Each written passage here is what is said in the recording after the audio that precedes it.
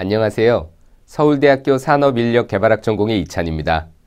오늘은 워싱턴 DC에서 개최되는 2014년 ASTD ICE의 두 번째 날입니다. 첫 번째 기조 강연으로 조직 성과의 재정의를 주제로 한 아리아나 허핑턴의 강연이 있었습니다. 이분은 55세의 나이로 미국 온라인 미디어인 허핑턴 포스트를 설립한 이후 6년 만에 허핑턴 포스트를 미국 내 최대의 온라인 미디어로 성장시킨 주역이라 할 수 있습니다. 전 세계의 많은 젊은이들과 기업가들의 롤모델 아리아나 허핑턴은 2012년 담대하라 나는 자유다에서 여성으로서 더 담대하고 더 자유롭게 자신의 길을 걸어가도록 조언을 해주며 큰 인기를 끌었는데요. 이후 2014년 3월에 제3의 성공을 출간하며 또 한 번 독자들에게 많은 사랑을 받고 있습니다. 제3의 성공은 영어책보다 먼저 한국에서 발간되어서 국내 경영자들에게 더 큰 의의를 가지고 있었는데요. 책에서 아리아나 허핑턴은 과로와 수면 부족으로 실신했던 자신의 경험을 이야기하며 책을 쓰게 된 계기를 설명하며 성공을 재정의할 필요성에 대해서 설명하고 있습니다. 그리고 성공을 재정의하는 과정에서 허핑턴은 조직 구성원의 복지를 강화함으로써 조직의 성과를 향상시킬 것을 강조하였지요. 앞서 제3의 성공에서 성공을 재정의하는 과정에서 허핑턴은 조직 구성원의 복지 강화를 통해 조직의 성과를 강화시킬 것을 강조한다고 말씀드렸는데요. 그 실사례는 허핑턴 씨가 운영하는 허핑턴 포스트를 통해 볼 수 있습니다. 허핑턴 포스트는 미국에서 가장 영향력 있는 신문으로 건강이 곧 부라는 슬로건을 가지고 직원들의 재충전에 상당한 가치를 두고 있습니다. 직원들의 재충전을 통하여 나타나는 더 큰 창조성을 통해서 조직의 전반적인 성과를 향상시키는 데 주력하고 있지요.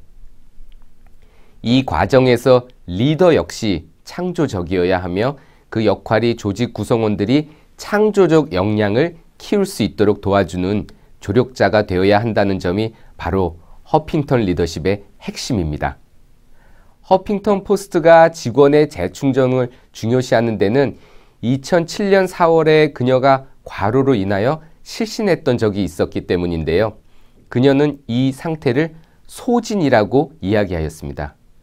소진이라는 단어는 미국의 심리학자 프로이덴베르거에 의해 처음으로 정의되었습니다. 과도한 업무나 학업에 지쳐서 자기 혐오감, 무기력증, 불만, 비관, 그리고 무관심 등이 극도로 커진 상태를 일컫는데요. 벨기에의 철학자 파스칼 샤버는 과도한 업무로 인한 소진을 문명의 질병이라고 칭하기도 했다고 합니다. 소진의 구성 요소에는 크게 세 가지가 있는데요. 정서적 고갈, 비인격화, 그리고 성취감 저하가 있습니다. 하나씩 살펴보면 정서적 고갈은 타인과의 과도한 접촉으로 인해서 업무에 대해 지친 상태를 의미합니다. 이는 곧 느낌의 상실, 신뢰의 상실, 흥미의 상실 및 기운의 상실로 특징 지어지고요. 더 이상 자신의 의지로는 직무에 전념할 수 없게 하는 감정들로부터 고통받는 개인의 상태를 의미하지요.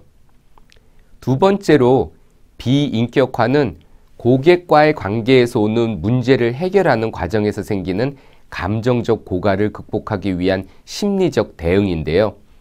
비인격화가 계속해서 진행되다 보면 부정적인 태도와 감정이 확장됨에 따라 문제의 책임을 타인에게 전가하고 자기 자신에 대해서도 부정적인 태도를 고수하고 강화하는 결과를 낳게 되지요. 마지막으로 성취감 저하는 사람들이 일에 대해 더 이상 의미 있는 기여를 하지 못한다고 여기고 원하는 것을 더 이상 성취할 수 없다고 생각하게 되는 것이죠. 성취감 저하가 계속되다 보면 자기 자신을 부정하고 의욕 상실, 허탈감, 생산성 감소, 업무 능력 저하로 이어질 수 있습니다.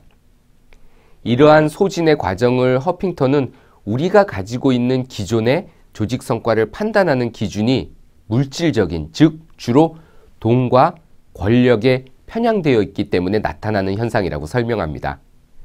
앞서 이야기한 소진의 상황이 오지 않게 하기 위해서 우리는 이제 돈과 권력이라는 낡은 잣대가 아닌 조직 성과를 재정의할 새로운 잣대가 필요합니다. 허핑턴은 그 새로운 잣대에 관해 크게 4가지를 제시하였는데요.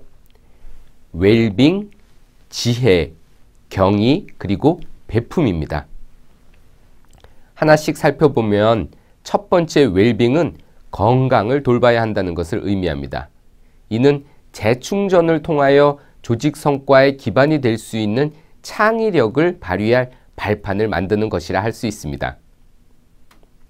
두 번째는 지혜입니다. 현대인들이 기술에 너무 중독되어 있어 지혜가 담겨 있는 우리 내면의 자신과는 연결이 되어 있지 않습니다. 지혜 중에서도 조직에서 중요시 여기는 창조성은 우리 내면을 깊숙이 보는 데에서 닦을 수 있을 것입니다. 세 번째는 경의입니다. 즉, 삶에 대한 경이로움이라는 것을 뜻하는데요. 때때로 우리는 삶이 얼마나 즐겁고 내 주변이 아름다운지 무시하고 지나가곤 합니다. 너무 바쁘고 기술에 집착하다 보니 삶 자체를 살지 못하고 넘어가게 되는 것인데요.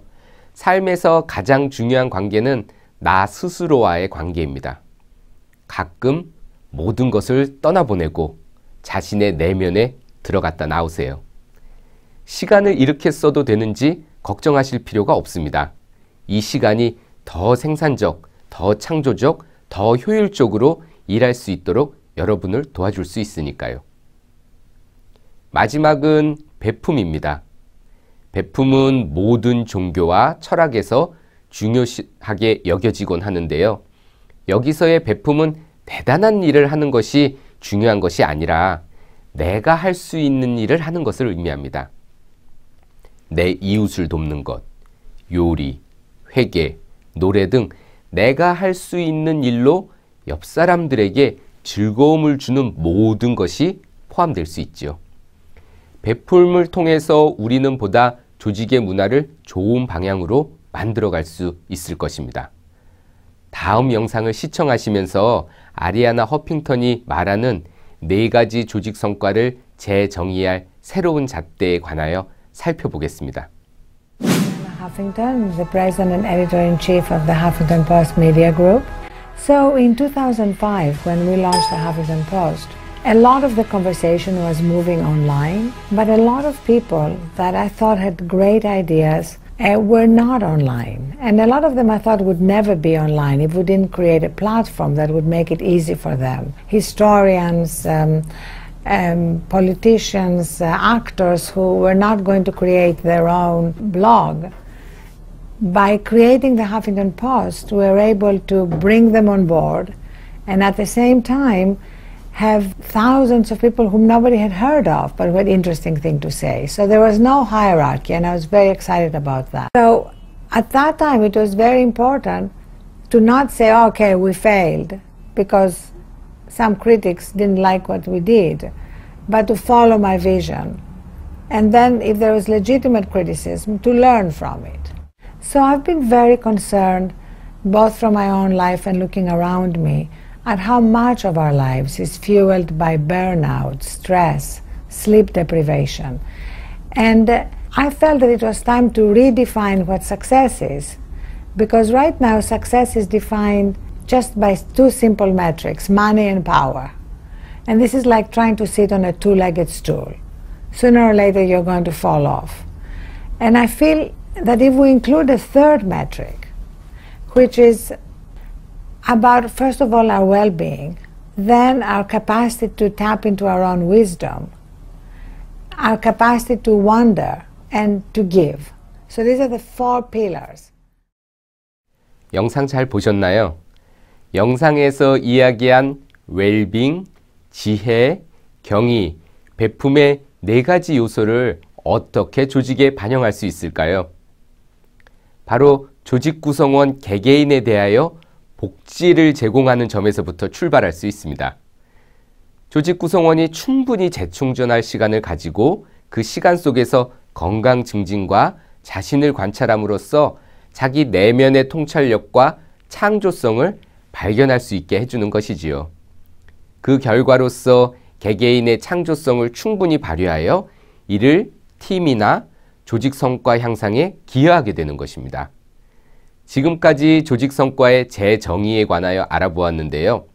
이를 통해서 조직 성과에 대한 잣대를 돈과 권력이라는 낡은 잣대에서 웰빙, 지혜, 경의, 베품 네 가지 새로운 잣대를 기반으로 한 근본적 가치의 발견을 통하여 조직 성과를 재정의해야 함을 알게 되었습니다. 이것은 결국 개개인의 개인 통찰력을 증대시키는 데에도 도움을 줄 것입니다.